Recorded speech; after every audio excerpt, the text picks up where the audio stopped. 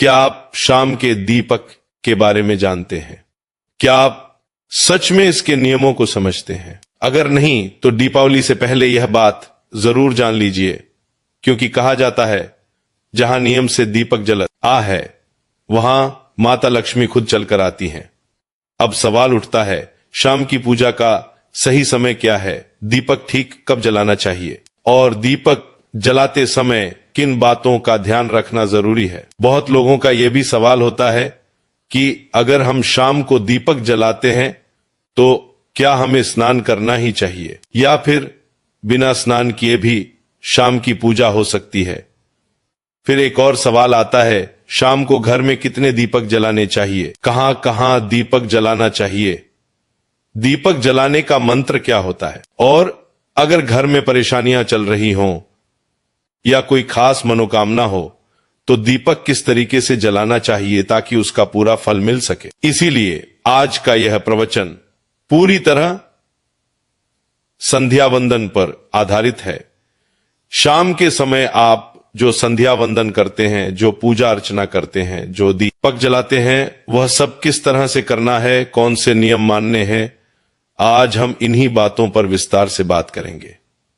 सीधे शब्दों में कहें तो आज का प्रवचन आपके ही सवालों पर आधारित है और मैं शास्त्रों के अनुसार उनका उत्तर देने का पूरा प्रयास करूंगा, इसलिए ध्यान से सुनिए। सबसे पहले बात करते हैं एक बहुत आम सवाल की, दीपक जलाने से पहले मतलब शाम की पूजा से पहले क्या स्नान करना जरूरी है? देखिए, शास्त्रों के अनुसार पूजा में शुद्धता बहुत आवश्यक मानी गई है। सुबह की पूजा में तो स्नान अनिवार्य होता है। सुबह बिना स्नान किए पूजा नहीं करनी चाहिए, लेकिन शाम की पूजा के लिए इतनी कठोरता नहीं है। शाम को आप हाथ, पैर और मुंह धोकर कुल्ला करके भी पूजा कर सकते हैं। जरूरी नहीं कि हर हाल में स्नान ही करें। हां, अगर आप चाहें तो साफ कपड़े भी बदल सकते हैं या फिर केवल हाथ मुंह धोकर मन को शुद्ध करके भी पूजा कर सकते हैं। एक बात और ध्यान रखने वाली है, अगर आपको शाम के समय पूजा करनी है तो दिन भर भी शुद्धता का ध्यान रखें। जैसे जब भी आप टॉयलेट या बाथरूम जाएं तो उसके बाद अच्छी तरह शुद्धिकरण करें, कुल्ला जरूर करें। अगर आप दिन भर इस छोटी छोटी बातों का ध्यान रखते हैं तो शाम को बिना स्नान किए भी सिर्फ हाथ पैर धोकर पूजा की जा सकती है। और हां, अगर गर्मियों का मौसम है तो आप चाहे तो शाम को स्नान करके भी पूजा कर सकते हैं। मतलब कई चीजें ऐसी हैं जो आप अपने विवेक से तय कर सकते हैं। अब अगला सवाल, शाम की पूजा में दीपक किस समय जलाना चाहिए? देखिए, शाम की पूजा का समय प्रदोष काल कहलाता है। मतलब वह समय जब सूर्य अस्त हो रहा होता है। शास्त्र कहते हैं कि सूर्यास्त के समय आपके घर में दीपक जल जाना चाहिए। अब बहुत लोग पूछते हैं कितने बजे दीपक जलाएं? तो इसका सीधा जवाब यह है कि सूर्यास्त का समय हर मौसम में अलग अलग होता है। सर्दियों में कई बार 5:30 बजे तक सूरज डूब जाता है। गर्मियों में कभी 6:30 तो कभी 7 बजे और कई बार 7:30 भी हो जाता है। इसलिए एक तय समय बताना कि बस इसी समय दीपक जलाइए, यह न तो संभव है और न ही सही।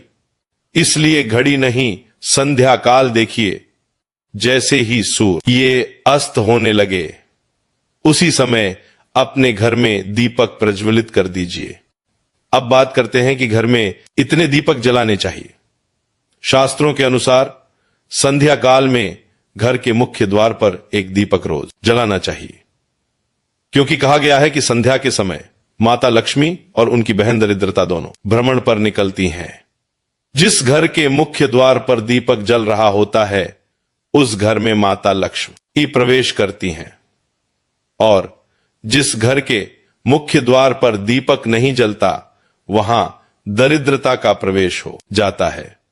इसीलिए अगर आप चाहते हैं कि आपके घर में महालक्ष्मी का वास हो तो मुख्य द्वार पर दीपक जरूर जलाइए। शास्त्रों में यह भी कहा गया है कि संध्या काल में जिस घर के मुख्य द्वार पर दीपक जलता है वहां किसी भी तरह की नकारात्मक ऊर्जा प्रवेश नहीं करती, अगर घर में वास्तु दोष हो तो मुख्य द्वार पर दीपक जलाने से उसका प्रभाव कम हो जाता है।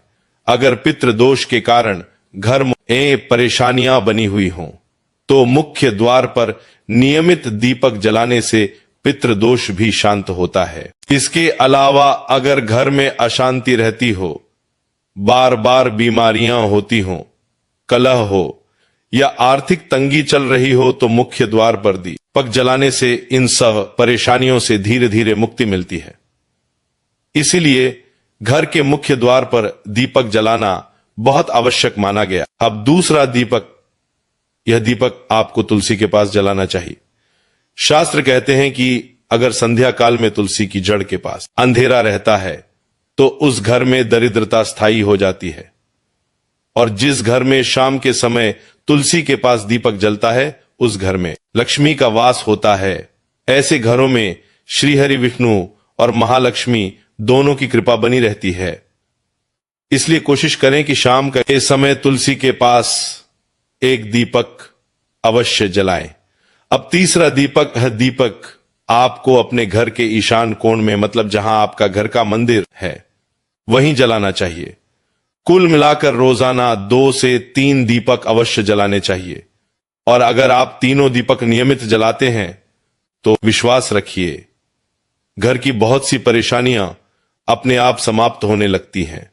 अब अगला सवाल, दीपक किस तेल या घी से जलाना चाहिए? लोग पूछते हैं सरसों का तेल सही है या नहीं, तिल का तेल इस्तेमाल करें या फिर गाय का शुद्ध घी? शास्त्रों के अनुसार सरसों का तेल हर जगह उपयोग में नहीं लाना चाहिए। सरसों का तेल कड़वा माना गया है। सरसों के तेल का दीपक विशेष रूप से शनिवार के दिन शनिदेव के लिए जलाया जाता है। आप चाहें तो पीपल के वृक्ष के नीचे या भैरव देवता के लिए भी सरसों के तेल का दीपक जला सकते हैं।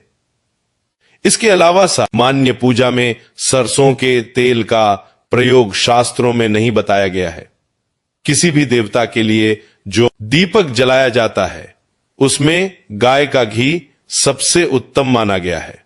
अब अगर शुद्ध गाय का घी उपलब्ध न हो तो जो भी अच्छा और शुद्ध घी मिल जाए उसका प्रयोग कर सकते हैं, या फिर तिल के तेल का दीपक भी जलाया जा सकता है। तो चाहे मुख्य द्वार हो, तुलसी के पास हो या घर का मंदिर, इन सभी जगहों पर आप लेके तेल या शुद्ध घी से दीपक जलाए। अब आखिरी सवाल, दीपक जलाते समय कौन सा मंत्र पढ़ना चाहिए? देखिए, अगर आप मंत्र जानते हैं तो जरूर पढ़िए, और अगर नहीं जानते तो भी चिंता की बात नहीं। आप अपने इष्ट देवता का नाम या किसी भी मंत्र का जाप कर सकते हैं।